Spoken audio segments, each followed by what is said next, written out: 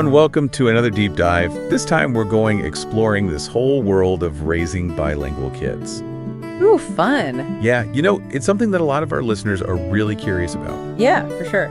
So today, we're going to be taking a closer look at a specific episode you guys wanted us to check out.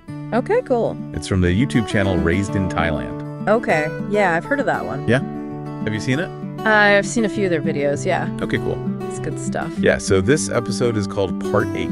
Part 8, okay. And it's from Bill's Minority Language Success series. Oh, right, yeah, I think I saw that one. Have you seen that series? Yeah, I've skimmed through it. Okay, cool. Yeah, it's really interesting. Yeah, so this series is all about helping parents navigate the challenges of raising bilingual kids. Mm-hmm. And this specific episode, Part 8, focuses on those kind of tricky preteen years. Oh, yeah, those are tough. Like ages 9 to 12. Right, yeah, big changes. Yeah, exactly. So much is going on developmentally for kids during those years.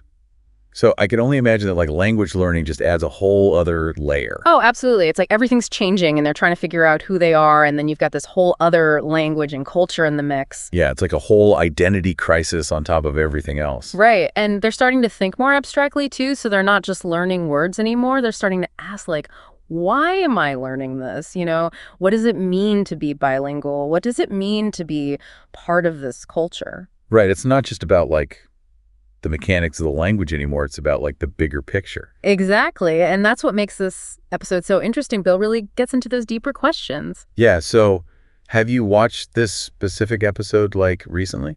I haven't watched it super recently, but I do remember that part where he talks about how kids this age have this internal compass driving them to explore their cultural heritage. Oh, yeah, I remember that. He compares it to his daughter's fascination with their Viking ancestry. Oh, wow, that's cool. Yeah, it was a really interesting example. It's like they're searching for something. Yeah, they're trying to figure out where they fit in the world and where they come from. Right. And language and culture are such a big part of that. Huge. It's like their heritage language becomes this key to unlocking their family history and their cultural identity. Mm-hmm. Yeah. And I think that's a really important point for parents to understand. Oh, totally. Because if you can tap into that internal motivation, it makes language learning so much easier.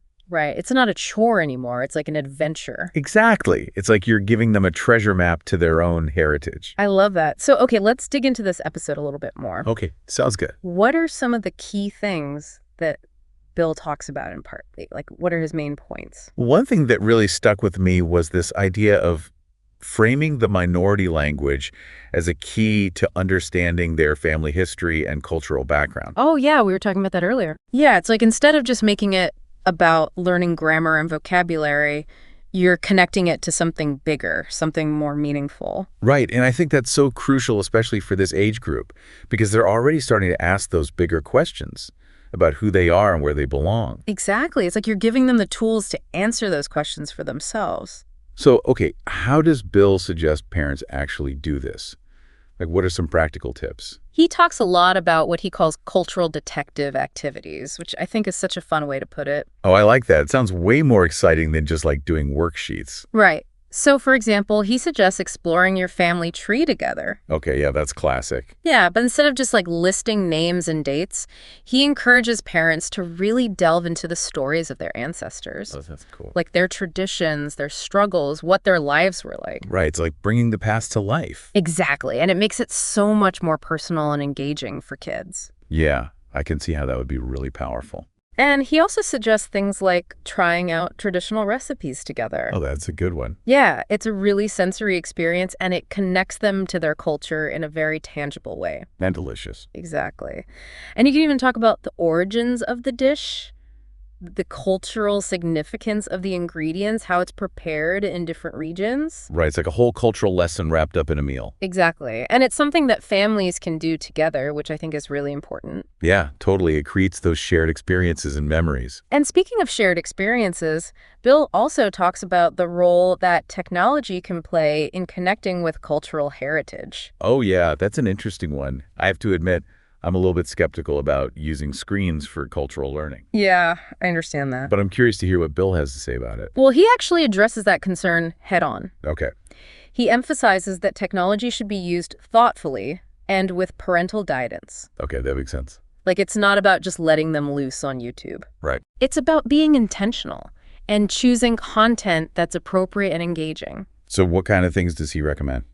He suggests things like virtual museum tours of landmarks in their heritage country. Oh, that's cool. Yeah, or music and dance tutorials from native instructors. Oh, I like that. Or even supervised online interactions with peers who speak the minority language. That's a great idea. Yeah, it's all about finding ways to use technology to enhance their cultural learning experience. Right. It's about making it a tool rather than a distraction. Exactly.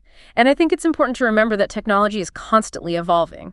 Right. So what might seem like a novelty today could become an essential tool for cultural exploration tomorrow. It's true. Like, we have to be open to new possibilities. Yeah, and we have to be willing to adapt our approach as needed. So it's not about rejecting technology altogether. Right. It's about using it strategically and responsibly. Exactly. And that's a great point to keep in mind as we move into the rest of our deep dive. Yeah, I'm excited to see what else Bill has to offer in this episode. Me too.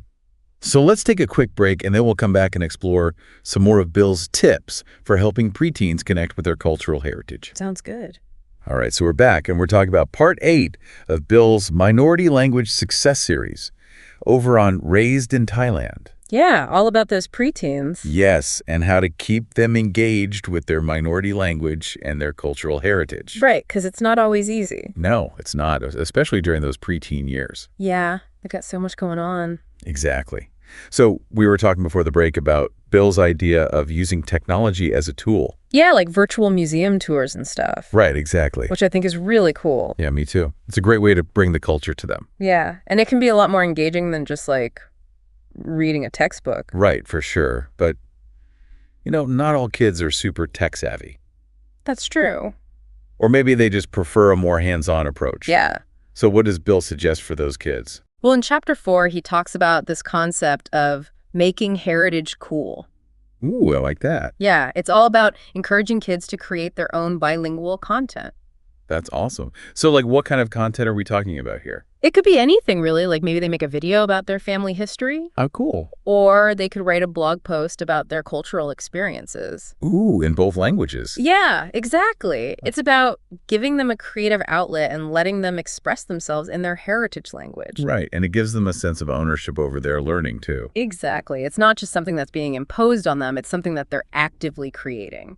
And I bet it's a great way to boost their confidence as well. Oh, absolutely. When they see that they can actually create something cool and interesting in their heritage language, it just reinforces the idea that it's a valuable skill to have. Yeah, and it helps them see their bilingualism as a strength. Exactly. It's like they're becoming cultural ambassadors. I love that.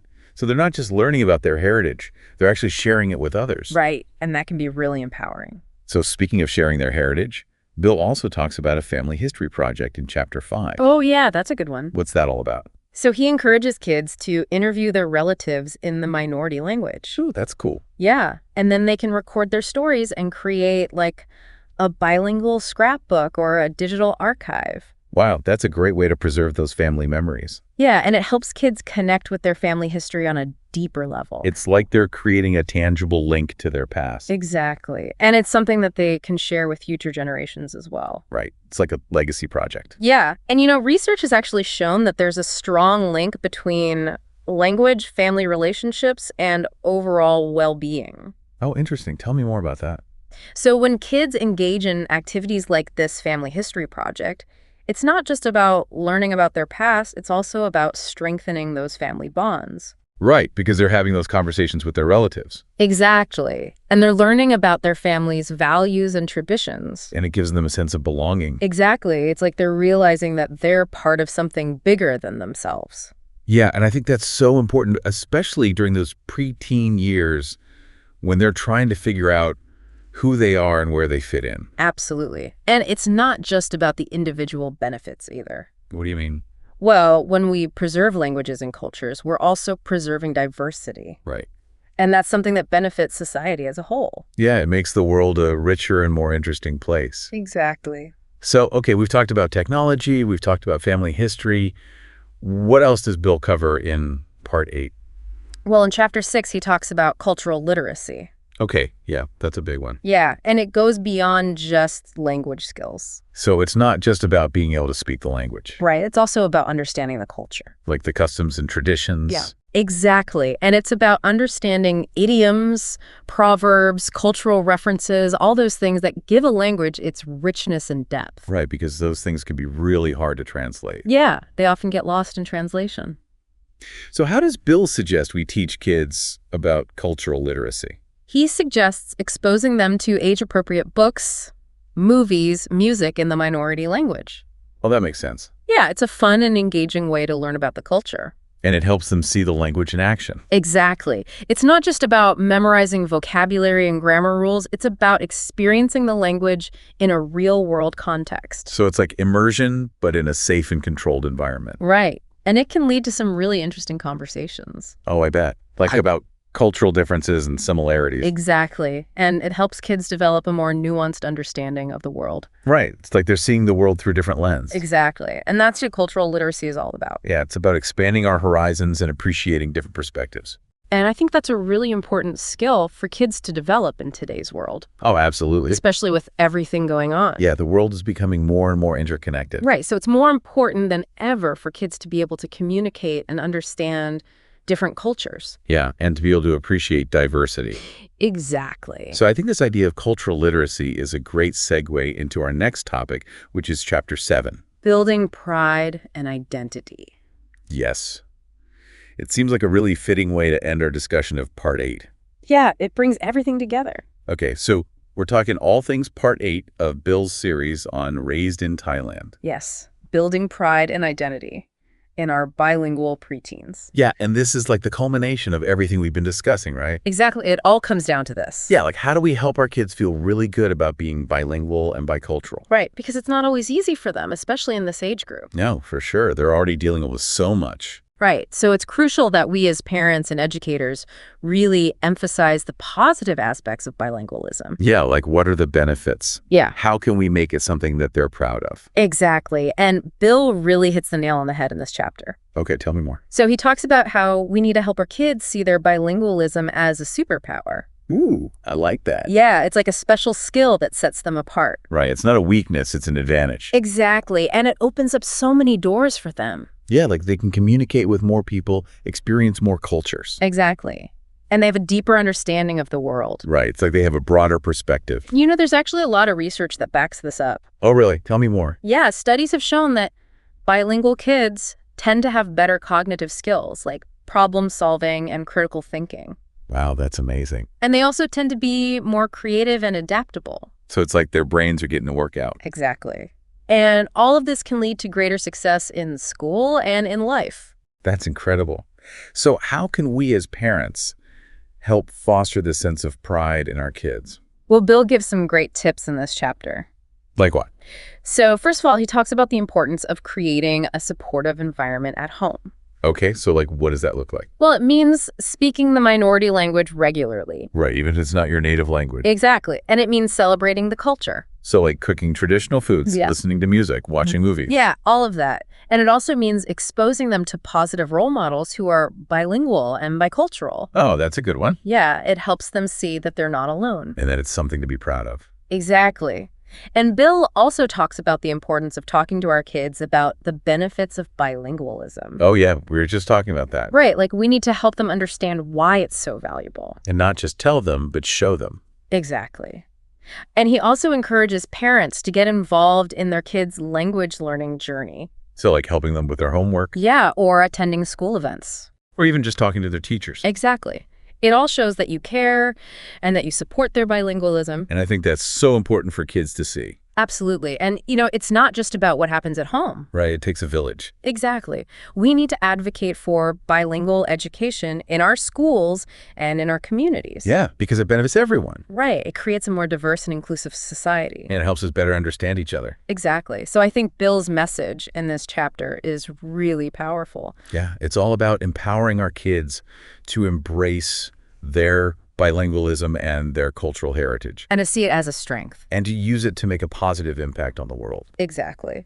So yeah, I think this is a great episode to deep dive into. Yeah, it gave us a lot to think about. For sure. And hopefully gave our listeners some practical tips that they can use in their own families. Absolutely. So if you're raising bilingual kids, or even if you're just curious about bilingualism, I highly recommend checking out Bill's Minority Language Success Series on Raised in Thailand.